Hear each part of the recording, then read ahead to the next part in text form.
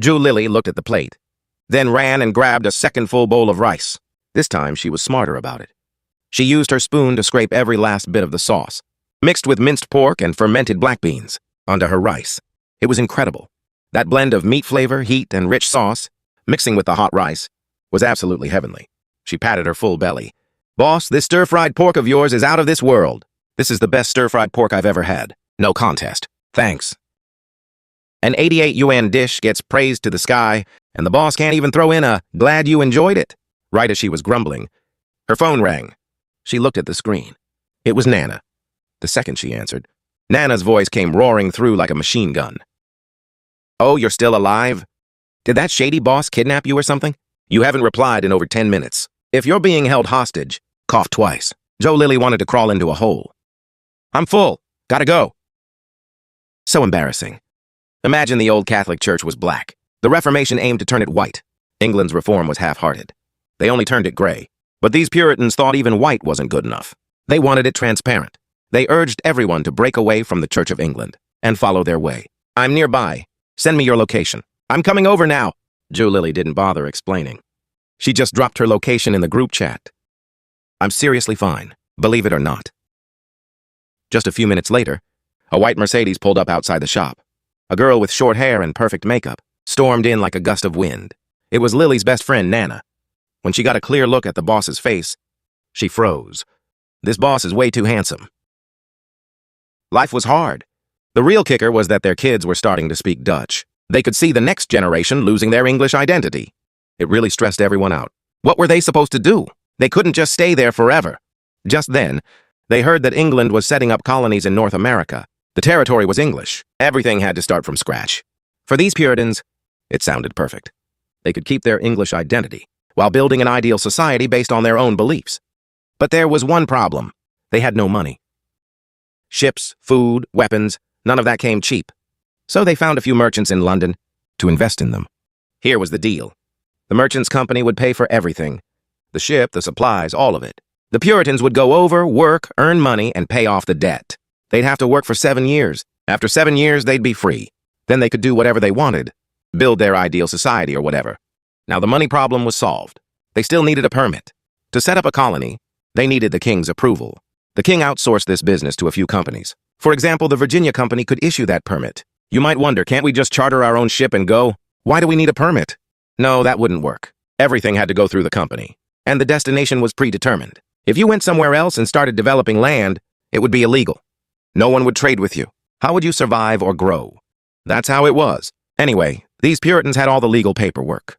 By 1620, everything was ready. Time to go. They weren't the only ones going. There were also carpenters, blacksmiths, fishermen, farmers, unemployed folks. All of them were from the bottom of society. Altogether, there were 102 people. About 40 of them were Puritans, roughly half. Originally, they had 2 ships, but one of them had a leak. No choice. Everyone had to squeeze onto the other ship. That was the Mayflower, the ship that would go down in history. The Mayflower was originally a cargo ship. It was stuffy and stinky, cramped and small. There were no amenities. They ate, slept, and did everything else in the same space. They drifted on this ship for over 2 months. It was miserable. To make matters worse, they hit a storm. They got blown off course. Their original destination was Virginia. Where they ended up was way off from there. You might think, isn't that great? Now they don't have to work for the company. They're free right away. Not so great. First of all, this place had no royal authorization. That made everything illegal. Also, out in this wilderness, there was no government. No laws. Nobody was in charge. If 100+ people have no rules, that's a disaster waiting to happen. Absolute freedom would just mean no freedom at all.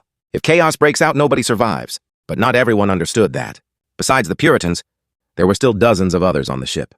Sure enough, before they even landed, people started arguing. Nobody's in charge here. After we get off, nobody tells anybody what to do. We'll do whatever we want. At the critical moment, there were still sensible people. No, that won't work. We need to set some rules before we go ashore. It was tough, but they managed to talk some sense into everyone. After all, people are social animals. Fine, let's make some rules. In the end, they worked out an agreement together. This was the famous Mayflower Compact, a major piece of American history.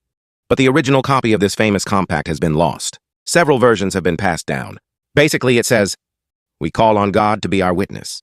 We are loyal subjects of King James, and we are about to establish a colony here. Now we are forming a political body, all of us voluntarily.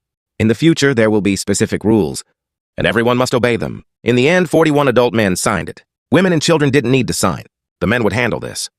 After signing, they went ashore. What kind of place was this? It didn't even have a name. Let's give it one. Well, we set sail from Plymouth, England, so let's call this place Plymouth. The Mayflower, from Plymouth, England to North America, arrived at Plymouth, Massachusetts in November 1620. Winter was about to hit. The local climate was similar to Dalian or Liaoning in China. In winter, it went several degrees below freezing. These 100 or so people had no houses, no food stored up. How were they going to survive the winter? It was as bad as you'd imagine. When the cold hit, people started dying one after another. By the time spring came, half of them were dead. Only about 50 were left. If they couldn't figure out food and shelter, this coming winter would be just as bad. But the climate and soil here were totally different from back home. Nothing would grow. What now? Right when they were in despair, something else happened. Native Americans showed up. This is it, we're done for. Everyone was starving, barely able to stand, too weak to fight.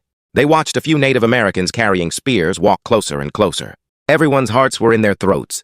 Then one young Native guy spoke. Hello, welcome, welcome. Everyone was shocked. What's going on? This Native guy speaks English? His name was Squanto. He was a Native American. He'd had a rough journey. Years earlier, he had been captured and sold into slavery in Europe. Later, he was freed. He lived in Europe for several years and learned English. Later, he worked as a translator and came back to the Americas. This guy had been tricked by Europeans before and had eaten European food. When he faced Europeans again, he chose to help them. How simple and kind.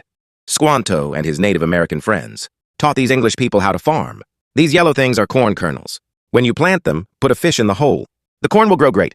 Thanks to the Native Americans' guidance, the harvest that autumn was a success. The English people were so excited. Oh, I might actually survive! They really owed them their lives. They quickly invited their Native American friends to celebrate together. They had to be grateful. Thank God for giving us this food. And so, the tradition of giving thanks was passed down. It eventually became the American holiday of Thanksgiving. So, that's pretty much the story of the Mayflower. About 100 losers who couldn't make it in England got on an ordinary little sailing ship, were blown off course by a storm to a wilderness in North America. To survive, they signed an agreement. Even then, they almost all died. They only made it thanks to the help of Native Americans. That's it. It sounds like a pretty simple story. So why all the talk about greatness, democracy, origins, spiritual sources, and birth certificates? It doesn't seem that grand. Well, that came later, when these colonies didn't want to be part of England anymore and wanted to found a nation. A country needs some kind of spiritual core, right? What could unite all these different people? Even a kid asks, why did mom and dad get married? Why do we have this family? If you say because dad had money and mom was pretty, that sounds way too low class. A country is the same way. The real reason America wanted independence was to make more money and stop paying taxes to England. But that reason also doesn't sound very impressive. So American intellectuals thought they needed to dig something more noble out of history. Eventually, someone found this Mayflower story. Everyone's eyes lit up. This works. A group of people with ideals, pursuing freedom, came to this land. They voluntarily formed a government. Hey, it wasn't granted by England. It was self-governance, a right they were born with. The spirit of contract, rule of law, democracy, one spirit after another. Isn't that the American spirit? And so, the Mayflower story got elevated way up. It became the origin of the American spirit. Of course, the Mayflower story might not be that grand, but it did establish the Plymouth colony. It's still a bright spot in American history. In the 100+ years that followed, more and more English people came to try their luck in America. Up north, for instance, over 1,000 Puritans came on more than a dozen ships, a whole fleet of them arriving in a mighty wave.